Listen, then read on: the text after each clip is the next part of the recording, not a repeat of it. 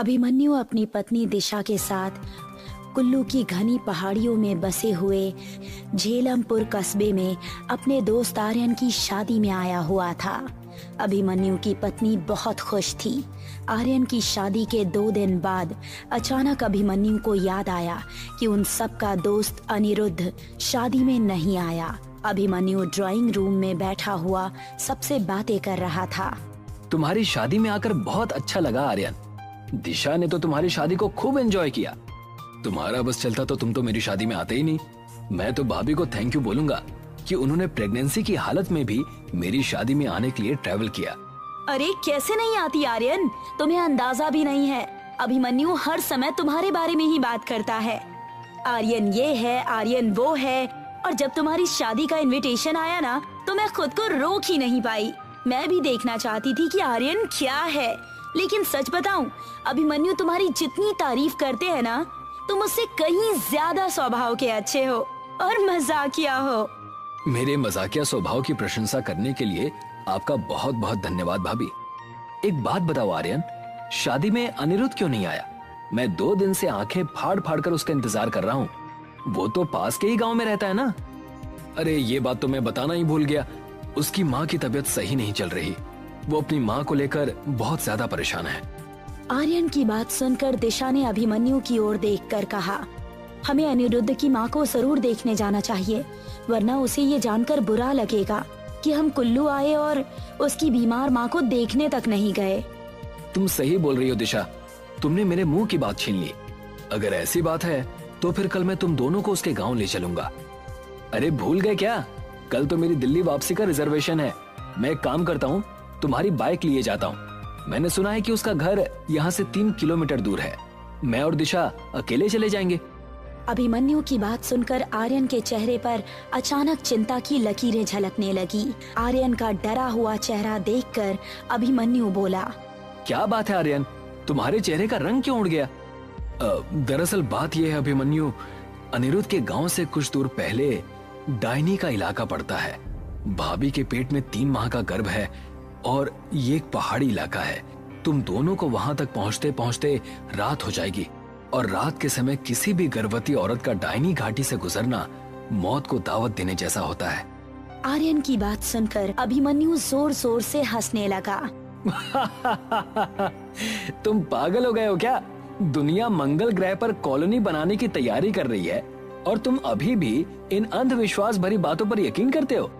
नहीं अभिमन्यु, ये कोई मजाक का विषय नहीं है। डायनी एक तरह से डायन का ही स्वरूप होती है, लेकिन ये डायन से थोड़ी अलग प्रकार की होती है। डायनी को गर्भवती महिलाओं के गर्भ में पल रहे बच्चे बहुत पसंद होते हैं और वो उन बच्चों को खाने के लिए किसी भी हद तक जा सकती है। मैं इन सब बातों पर विश्वास नहीं करती। मैं एक नए जमाने की लड़की हूँ और मुझे लगता है कि आपको भी इन सब बातों पर विश्वास नहीं करना चाहिए। मैं भी अभिमन्यु के साथ शहर में ही पढ़ा लिखा हूँ भाभी, लेकिन डायन भूत प्रेत इन सब का भी दुनिया में अस्तित्व होता है। ये बात अलग है कि शहर के लोग इन बातों पर विश्वास नहीं करते, लेकिन हम पहाड़ों पर रहने वाले लोग इन बातों पर गहराई से विश्वास करते हैं, क्योंकि हम जानते हैं कि ये सत्य है। तुम अच्छी तरह से जानते हो आर्यन कि मुझे हमेशा से इन बातों से चिढ़ रही है। मैं इन बातों पर बिल्कुल भी विश्वास नहीं करता। अब मैं तुम्हें कैसे समझाऊं अभिमन्यु? मैं तुम्हें बताना तो नहीं चाहता था, लेकिन लगता है अब तुम्हें बताना ही पड़ेगा। सुनो, अनिरुद्ध का 6 माह का बेटा पिछले कई दिनों से लापता है और तो और उसके गांव में बहुत सी गर्भवती महिलाओं के गर्भ के बच्चे भी लापता हैं। उस गांव में आज के दिन भी डायनी का प्रकोप जारी है। लोग वहां दिन में भी जाने से घबराते हैं। अब मैं समझा। इसका मतलब ये है कि अभिमन्यु के माता पिता की तबीयत बिल्कुल सही है, लेकिन फिर भी इतनी बड़ी बात हो गई और तुमने मुझे बताया तक नहीं। मैंने तुम्हें ये सोचकर नहीं बताया कि तुम बेवजह परेशान हो जाओगे। अब तो मैं आज ही अनिरुद्ध के घर पर जाऊंगा और अगर उस गांव के बच्चे लापता हो रहे हैं तो गांव वालों को पुलिस की मदद लेनी चाहिए ना कि डायनी वाइनी जैसी बातों पर विश्वास करना चाहिए। सही बोल रहा है। गांव वाले पुलिस की मदद क्यों नहीं लेते? इस तरह से बच्चे अचानक कैसे लापता हो सकते हैं? और अगर यहाँ की पुलिस मदद, तो फिर तुम लोग मीडिया वालों की हेल्प क्यों नहीं लेते? एक बार जब फ्रंट न्यूज पर बच्चों के लापता होने की न्यूज चलेगी ना, तो पुलिस अपने आप हरकत में आ जाएगी। मेरा दावा है कि इसमें जरूर किसी आपराधिक रैकेट का ही हाथ होगा। जब वो रैकेट पकड़ा जाएगा ना, तो लोगों के दिल से डायनी का खौफ भी निकल जाएगा। बेचारे गांव के लोग बहुत भोले भाले होते हैं। ये सही बात है आर्यन। आपराधिक मानसिकता के लोग गांव वालों के भोलेपन का फायदा उठाकर अपने गंदे मकसद को अंजाम देते हैं और भोले भाले गांव वालों को भूत प्रेत पिशाच का डर दिखाकर उनका मुंह बंद कर देते हैं। जबकि सच तो ये है कि ये सारी की सारी बातें किताबों और मूवीज में ही अच्छी लगती हैं। ये पूरा सच नहीं है अभिमन्यु, मेरी बात का विश्वास करो। ये सिर्फ लोक कथाएं नहीं है बल्कि हकीकत है। डायनी का अस्तित्व उस गांव में बरसों से छाया हुआ है। डायनी एक ऐसी डायन होती है जो अपने पिशाच पुत्र के साथ लोगों का शिकार करती है। वो अपने शिकार को धोखा देने के लिए किसी का भी रूप धारण कर सकती है। एक बार जब शिकार उसके चंगुल में फंस जाता है तो वो और उसका पिशाच पुत्र उसकी कितनी बुरी हालत करते हैं, तुम्हें इसका अंदाजा भी नहीं है। आर्यन की बात सुनकर अभिमन्यु और तेजी से हंसने लगा। बस बस बहुत हो गया। अब इससे और ज्यादा मुझसे अंधविश्वास की बातें झेली नहीं जा सकती। तुम मुझे बाइक की चाबी दे दो बस। मैं अभी इसी समय अनिरुद्ध के घर पर जाऊंगा और रात में ही वापस लौट कर आ जाऊंगा।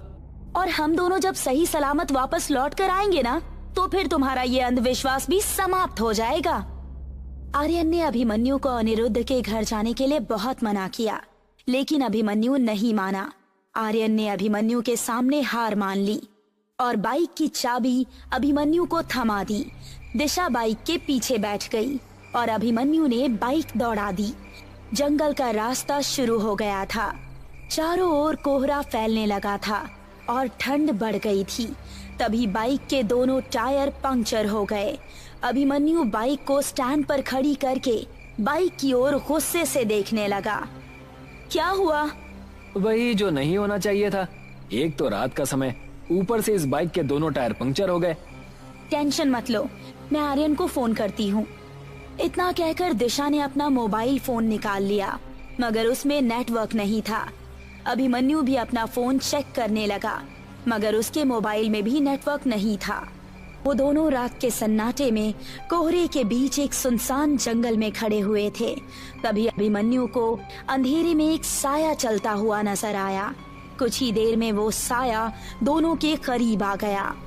वो एक बूढ़ी औरत थी जो लाठी पकड़े हुए थी। लगता है तुम दोनों परदेसी हो, रास्ता भटक गए हो क्या? नहीं माँ जी, बाइक के दोनों टायर पंक्चर हो गए हैं और हमारे मोबाइल में नेटवर्क भी नहीं है। समझ में नहीं आ रहा कि क्या करें। रात का सन्नाटा फैला हुआ है बेटा, और ये डायनी का इलाका है। यहाँ जंगली जानवर रात में टहलते रहते हैं। पैदल जाने में तुम दोनों को खतरा हो सकता है। यहाँ से कुछ दूर पर मेरी एक झोपड़ी है। अगर तुम लोग चाहो तो मेरे घर चल सकते हो। डायनी का नाम सुनकर दिशा बुरी तरह चौंक गई। आपका बहुत बहुत धन्यवाद माँ जी। वो बूढ़ी औरत अपनी लाठी लेकर आगे आगे चलने लगी। अभिमन्यु बाइक घसीटता हुआ उस बूढ़ी औरत के पीछे पीछे चलने लगा। कुछ ही देर में वो दोनों एक झोपड़ी के सामने खड़े हुए थे, जिसके चारों ओर लंबे घने पेड़ ही पेड़ थे और वहाँ भी चारों ओर कोहरा छाया हुआ था। दिशा के चेहरे पर अब डर झलकने लगा था। दिशा ने आहिस्ता से अभिमन्यु से कहा, अभिमन्यु, मुझे कुछ सही नहीं लग रहा। लगता है तुम्हारे दिमाग में आर्यन की बातें हावी होने लगी हैं। तभी उन दोनों के कानों में बुढ़िया की आवाज टकराई। अंदर आ जाओ तुम दोनों, मेरा बेटा अभी आता ही होगा। लेकिन यहाँ कोई आसपास मकान नजर क्यों नहीं आ रहा? अभिमन्यु ने इतना कहा ही था कि अचानक तेज बारिश होने लगी। वो बूढ़ी औरत अभिमन्यु की बात का जवाब दिए बगैर झोपड़ी के अंदर चली गई। अब उन दोनों के पास उसकी बात मानने के अलावा और कोई चारा नहीं था। वो दोनों झोपड़ी के अंदर चले गए और वहाँ बिछी हुई एक चारपाई पर बैठ गए। बूढ़ी औरत उन दोनों की ओर देखकर रहस्यमयी अंदाज में बोली, तुम दोनों यहीं बैठो, मैं अपने बेटे को बुला कर लाती हूँ। इतना कहकर वो बूढ़ी औरत बाहर चली गई। उन दोनों को वहाँ बैठे बैठे काफी देर हो गई थी। बाहर अभी भी रिमझिम बारिश हो रही थी। दिशा ने अपनी घड़ी देखी तो वो चौंक गई। घड़ी में रात के 2 बज रहे थे। दिशा डरते हुए अभिमन्यु से बोली, मुझे कुछ सही नहीं लग रहा है अभिमन्यु, कुछ तो गड़बड़ है यहाँ पर। उस बूढ़ी औरत को गए हुए काफी देर हो गया है, कहीं आर्यन की बात सही तो नहीं। मेरे पेट में कुछ अजीब सा महसूस हो रहा है। दिशा की ये बात सुनकर अभिमन्यु बुरी तरह से चौंक गया और बोला, तुम कहना क्या चाहती हो दिशा? क्या हो रहा है तुम्हारे पेट में? मुझे यहाँ बैठे हुए काफी देर हो गई है, लेकिन अभी तक मेरे पेट में किसी प्रकार की कोई हलचल नहीं हो रही है। ऐसा लग रहा है कि मानो मैं प्रेग्नेंट हूँ ही नहीं।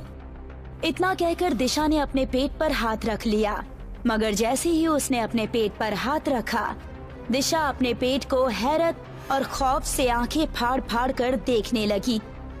अभिमन्यु, आर्यन की बात बिल्कुल सही थी, मेरे पेट में बच्चा नहीं है। क्या बकवास कर रही हो तुम? ये कैसे हो सकता है? इतना कहकर अभिमन्यु ने जैसे ही दिशा के पेट पर हाथ रखा, उसका पेट बिल्कुल सपाट था। अभिमन्यु के डर और दहशत से रोंगटे खड़े हो गए। तभी उन दोनों को बाहर किसी के कदमों की आहट सुनाई दी। अभिमन्यु और दिशा ने जैसे ही अपने कदम उस झोपड़ी के बाहर निकाले, तो बाहर का नजारा देखकर उन दोनों की आंखें दहशत से फटी की फटी रह गई। बाहर एक 6 फुट का बड़ा ही भयानक दिखने वाला व्यक्ति खड़ा हुआ था। उसके चेहरे का मांस जगह जगह से फटा हुआ था, उसकी आंखों से खून टपक रहा था और उस बूढ़ी औरत की आंखों की पुतलियां भी बिल्कुल सफेद हो चुकी थी। उसके दांत अजीब और बिल्कुल पीले थे। यही है मेरा बेटा। दिशा की जोरदार चीख निकल गई। कौन हो तुम? डायनी। आर्यन सही बोल रहा था अभिमन्यु। जितनी तेजी से यहाँ से भाग सकती हो, उतनी तेजी से यहाँ से भागो। अभिमन्यु ने इतना कहा ही था कि तभी वो भयानक व्यक्ति बेहद फुर्ती से दिशा के नजदीक आ गया और उसने दिशा का गला बुरी तरह से दबोच लिया। अभिमन्यु अपनी पत्नी को बचाने के लिए हाथ पैर मारने लगा कि तभी डायनी ने अपने पंजे से अभिमन्यु के कंधे को फाड़ कर रख दिया। अभिमन्यु जमीन पर गिर गया। उस भयानक चेहरे वाले ने अपने पंजे से दिशा का पेट फाड़ दिया। दिशा एक चीख के साथ ढेर होकर जमीन पर गिर गई। वो बूढ़ी औरत अब अभिमन्यु की ओर खूंखार नजरों से देखने लगी। तभी अभिमन्यु को दूर से बहुत सारी रोशनियां नजर आई। अभिमन्यु ने देखा कि बहुत से गांव वाले हाथों में मशाल लिए उनकी ओर चले आ रहे थे। जैसे जैसे वो नजदीक आ रहे थे, वो भयानक दिखने वाली डायन और उस पिशाच के कदम पीछे की ओर हटते जा रहे थे। वो दोनों धुआं बनकर गायब हो गए। उस झोपड़ी का नामो निशान तक मौजूद नहीं था। अभिमन्यु बेहोशी की गहराइयों यानी कि नींद में समा गया। तभी उसके कानों में उसके दोस्त अनिरुद्ध की आवाज गूंजी। वो गांव वालों से बोल रहा था, इसकी पत्नी मारी गई, उठाओ इसको और जल्दी ले चलो यहाँ से। अगली सुबह अभिमन्यु की आंख अनिरुद्ध के घर पर खुली। वो तो अच्छा हुआ कि मेरे पास आर्यन का फोन आ गया था। काफी देर इंतजार करने के बाद भी जब तुम मेरे घर पर नहीं आए तो मैं समझ गया था कि तुम डायनी के जाल में फंस गए हो। मैं तुरंत गांव वालों को जमा उसके इलाके में पहुंच गया। बहुत सालों पहले वहां एक बूढ़ी औरत और उसका बदसूरत बेटा रहा करता था। बूढ़ी औरत तंत्र मंत्र करती थी और उसका बेटा इंसानों की बलि लिया करता था। एक रात गांव वालों ने मिलकर उस बूढ़ी औरत के बदसूरत बेटे को मार दिया। वो बूढ़ी औरत अपने जवान बदसूरत बेटे की मौत को बर्दाश्त नहीं कर सकी और उसने गांव वालों से बदला लेने के लिए डायनी की काली तंत्र विद्या का सहारा लेना शुरू कर दिया। डायनी ने प्रसन्न होकर उसके पुत्र को अपना पुत्र बना लिया, पिशाच बनाकर। तब से वो ऐसे ही लोगों का शिकार करती रहती है। अभिमन्यु आंखों में आंसू लिए उसी दिन दिल्ली वापस लौट आया। अभिमन्यु ने फिर दूसरी शादी नहीं की। वो आज भी अपनी पत्नी दिशा को याद करके रोता रहता है।